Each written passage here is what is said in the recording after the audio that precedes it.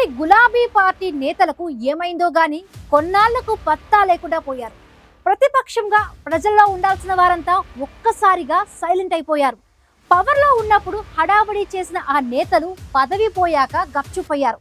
కొందరు car steering వదిలేస్తే ఇంకొందరి ప్రయాణం ఫస్ట్ గేర్లో స్లోగా మూవ్ అవుతోంది. మరి కార్ రివర్స్ గేర్ వేస్తున్న ఆ ఏరియా ఏదో చూద్దామా?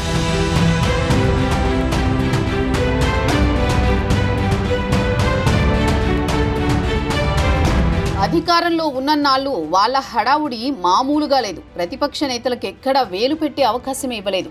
నియోజకవర్గంలో వారెంత చెబితే అంత. వ్యవస్థలన్నీ వారి కనుసన్నల్లోనే నడిచేవి. చిటికేస్తే అన్ని పనులు జరిగిపోయేవి. ఇప్పుడు పదవి పోయింది, పలుకుబడి లేకుండా పోయింది. దాంతో టచ్ మీ నాట్ అన్నట్లుంటున్నారు ఆ మాజీలు. మరి ప్రతిపక్షంలో ఉండి ప్రజల కష్టాలు సమస్యలు తెలుసుకుని ప్రభుత్వంపై పోరాడాల్సిన నేతలు నియోజకవర్గాలకు చుట్టపు చూపుగా కూడా రావట్లేదట. కొందరు అప్పుడో ఇప్పుడు జనంలో కనిపిస్తున్నా ఇంకొందరు మాజీ ఎమ్మెల్యేల దర్శన భాగ్యమే కరువైంది. వారి పలుకే బంగారమైపోతోంది.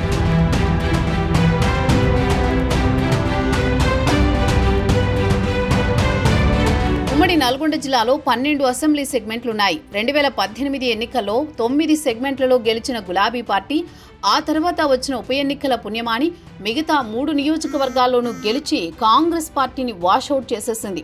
2023 ఎన్నికల్లో మాత్రం సీన్ రివర్స్ అయింది. ఒక్క సూర్యాపేట మినహా మిగతా 11 సెగ్మెంట్లలో బ్రేకులు ఫెయిల్ అయినట్లు కారు బోల్తా కొట్టింది. ఆ ఓటమి నుంచి తేరుకోలేదు ఏమో కానీ ఇప్పటికీ ప్రజలకు మొహాలు చూపించకుండా బీఆర్ఎస్ నేతలు గ్యాప్ మెయింటైన్ చేస్తున్నారని చర్చ హాట్ టాపిక్ అయింది.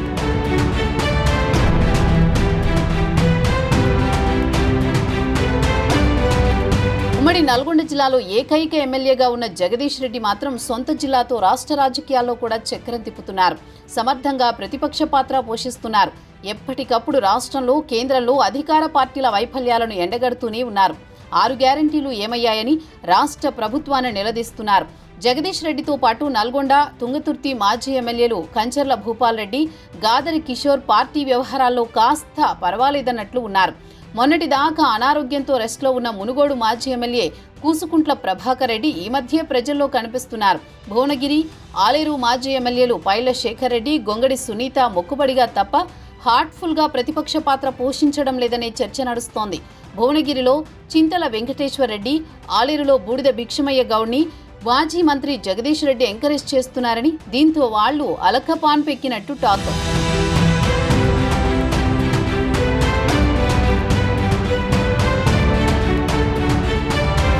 నగరేకల్ మాజీ ఎమ్మెల్యే చిరుమర్తి లింగయ్య అప్పుడప్పుడు ప్రభుత్వ తీరుని ఎండగడుతున్నా ఆయనకు సొంత పార్టీ నుంచి పెద్దగా మద్దతు రావడం లేదట. ఇక్కడ కూడా మరో నేతను ఎంకరేజ్ చేస్తున్నారని ఫీల్ అవుతున్న లింగయ్య ఇటు సీనియర్లకు అటు పార్టీకి అంటి ముట్టనట్టుగా ఉన్నారట. కోదాడ ఎక్స్ ఎమ్మెల్యే బొల్లం మల్లయ్య గులాబీ శ్రేణులకు కనబడక చాలా రోజులైందట. హైదరాబాద్లోనే మకాం వేసిన మల్లయ్య కోదాడకు చుట్టపు చూపుగా కూడా రావడం లేదట. నాగార్జున సాగర్, మిర్యాలగూడ మాజీ ఎమ్మెల్యేలు నోముల భగత్, భాస్కర్ రావు పరిస్థితి కూడా దాదాపు అలాగే ఉందంటున్నారు. పదవి పోయాక పత్తా లేకుండా పోయారని సొంత పార్టీ నేతలే అంటున్నారు.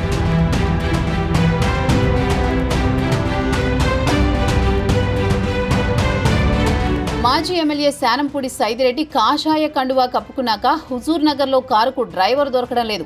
దాంతో ఆ నియోజకవర్గంలో బీఆర్ఎస్ పార్టీ అనాథలా మిగిలిపోయింది.